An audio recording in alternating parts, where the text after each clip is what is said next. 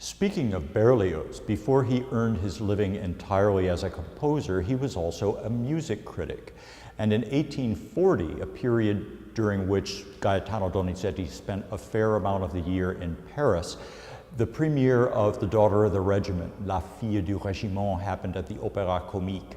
And Berlioz gave it a very tart review. His nose was really out of shape because in close succession during that same year, La Fille du Régiment was followed by, at the Théâtre de la Renaissance, an adaptation in French of Donizetti's 1833 work, Lucia de Lammermoor, Lucie de Lammermoor, and then in 1840, a piece that concert opera has done, La Favorite. And his dismissive comment in Berlioz's review was, it seems that we can no longer talk of the French opera scene, we can only talk of the operas of Monsieur Donizetti. But the piece was an enormous success. And if there's one way in which, as I mentioned earlier, that we're living in a blessed era, it's that we now have tenors that are able to sing this aria remarkably well. When Luciano Pavarotti was dubbed the King of the High Seas after performing this opera with Dame Joan Sutherland, first at Covent Garden in London and then at the Metropolitan Opera, people were just agog that he was able to sing the 9 high Cs in the aria from this opera we're going to hear tonight. Ah, mes amis, quel jour de fête, pour mon âme, quel destin. My friends, what a glorious day. For my spirit, what a marvelous destiny.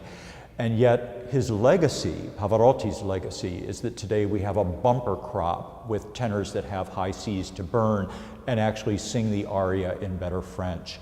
The raison d'etre for the piece is that the Tyrolean lad, Tonio, who has joined the French army so that he can be closer to his beloved Marie, then asks her quote unquote father for Marie's hand in marriage. The father being all of the officers in the regiment who, when she was a foundling, adopted Marie.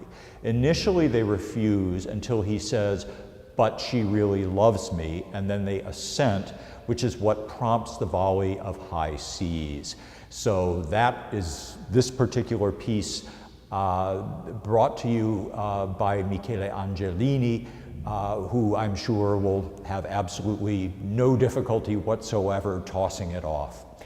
Another piece like La Dame Blanche that 19th century French opera audiences thought was going to be immortal was the quintessential French grand opera by Giacomo Meyerbeer, Les Huguenots, the Huguenots, which from the time of its premiere at the Paris Opéra in 1836 was wildly successful. By the turn of the 19th into the 20th century, it had scored over 1,000 performances there.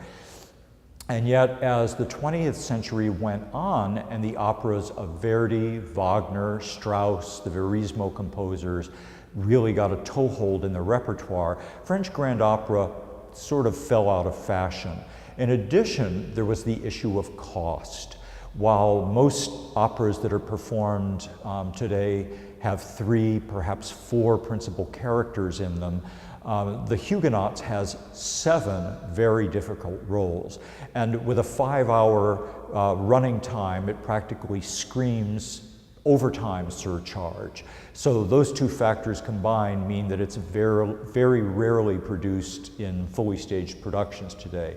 Nonetheless, Dame Joan Sutherland, who first performed this opera in Italian in 1962 at La Scala, continued to champion the piece throughout her career, including up to 1990 when she made her farewell in Sydney, performing the role of Queen Marguerite de Valois, the Catholic queen, who in the aria that we're going to hear from the beginning of Act 2 tonight, Au beau pays de la Touraine, is at her palace in the French countryside and sings kind of an ode to the beauties of nature with harp, flute kind of intertwining with the very florid vocal lines in a way that evokes bird song and is also very much a kind of musical equivalent of a landscape portrait.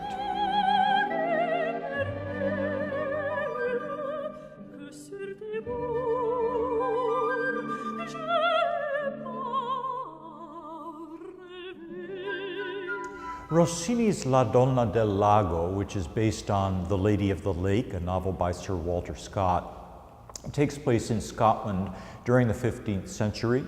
It is a piece that Concert Opera did in 2004 and is an excellent example of something that for the better part of the 19th century, from its premiere at the Teatro San Carlo in Naples in 1819, was very popular, and then at the turn of the 19th into the 20th century, essentially went away entirely.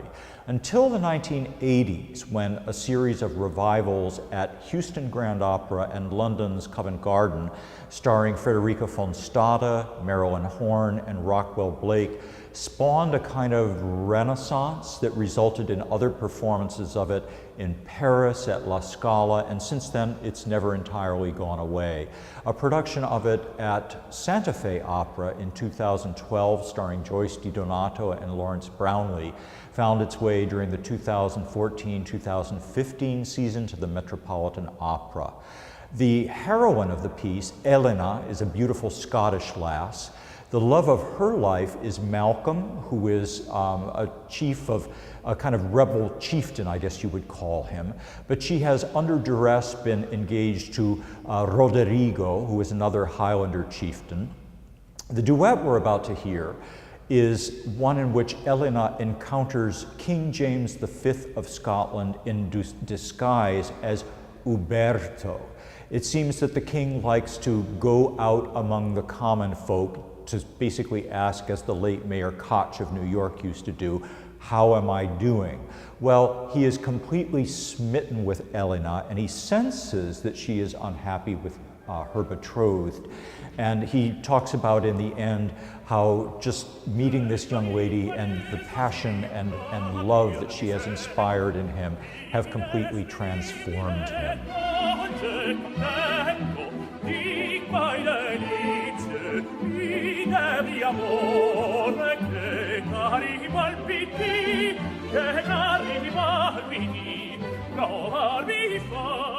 The first half of the concert ends with the finale of Bellini's opera Il Pirata, which Concert Opera did in 2001. This is another example of a piece that is occasionally staged, but is mostly done in concert. Its proponents in terms of leading ladies have included Maria Callas, Montserrat Caballé, Aprile Milo, and Nelly Mirichoiu, for whom Concert Opera did it in 2001. But the Met did stage it during its 2002-2003 season for Renee Fleming. Now, this is a piece that not only was wildly successful for Bellini from its Milan premiere in 1827 and put him all over the boot, the Italian peninsula, but it basically made him famous throughout Europe and made him very much acclaimed as a composer. The piece takes place in 13th century Sicily. Its heroine, Imogen, has always loved Gualtiero, but he flees the island because he wants to escape the oppressive rule of the wealthy, tyrannical Ernesto. Thinking him dead, Imogen marries Ernesto against her will, bears him a son who dies as a child. But Gualtiero has actually gone to seas and become the pirate of the title of the opera, and eventually returns. His doing so causes a spark of jealousy on Ernesto's part. The final scene of the opera is a mad scene for Imogen. She's lost her reason in the wake of Gualtiero murdering Ernesto and being sentenced as punishment to public beheading. In the first sort of tranquil, melodic cavatina section of the mad scene, called Sorriso d'Innocenza, she basically hallucinates seeing the ghosts of both the murdered Ernesto and their dead son. And she pleads with the child to intervene on her behalf with Ernesto to forgive her for his murder.